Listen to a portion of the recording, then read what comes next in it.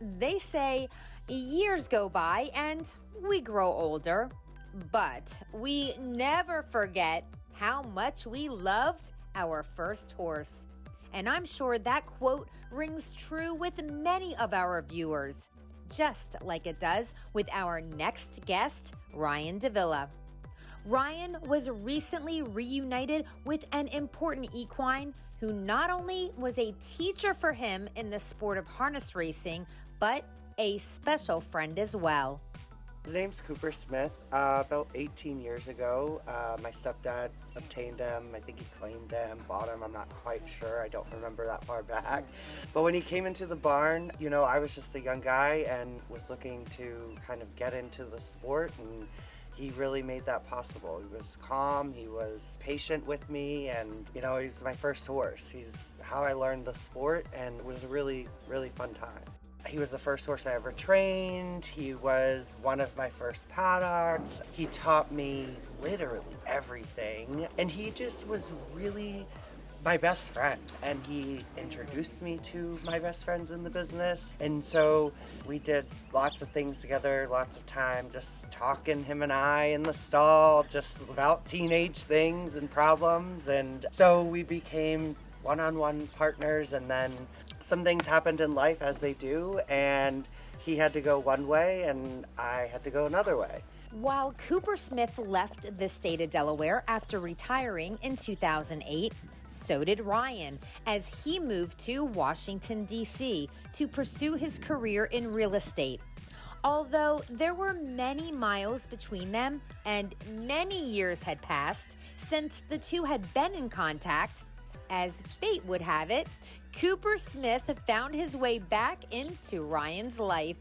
2 weeks ago, somebody gave me a call and said, "Hey, we have Coopersmith." And I kind of was like, what? There's no way. He's so old at this point. But, it was him. She sent me his tattoo number, and I was like, oh my God, that is him. Yes. She asked me if I could help him, and I said, absolutely, I can help him. Get him to Delaware right now.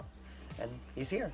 Over a decade had gone by since Ryan and Coopersmith had even seen one another.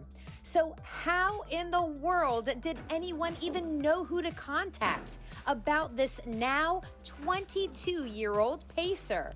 I registered Coopersmith in Full Circle, the program with the USTA. That had to have been in 2010, maybe 2008. I don't remember exactly, but I just, for, kicks and giggles, put his information in there and put me as the contact, and, was hopeful, very hopeful that one day him and I would meet again. And when she typed in his tattoo number, it came up that he was enrolled in Full Circle and with my information. And so she, contacted me that way, and it was wonderful.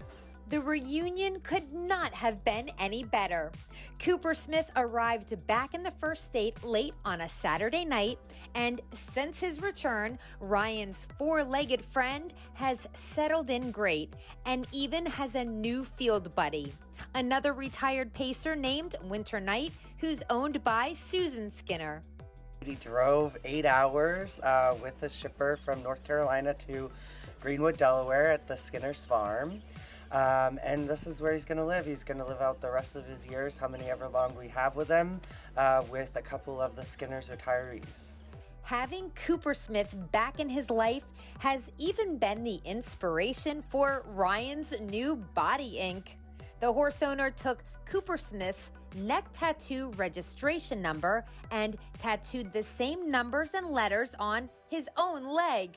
Now, that gives a whole new meaning to matching tattoos. For Ryan, this is a daily reminder of how important Coopersmith has been in his life and how he will continue to be from here on out.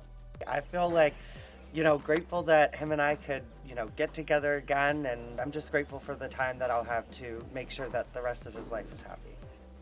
If you would like more information about the United States Trotting Association's Full Circle program, just log on to ustrotting.com, click on Member Services, and then on Full Circle.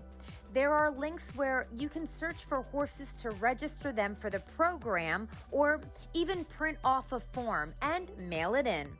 You can also call the United States Trotting Association at 800 USTA.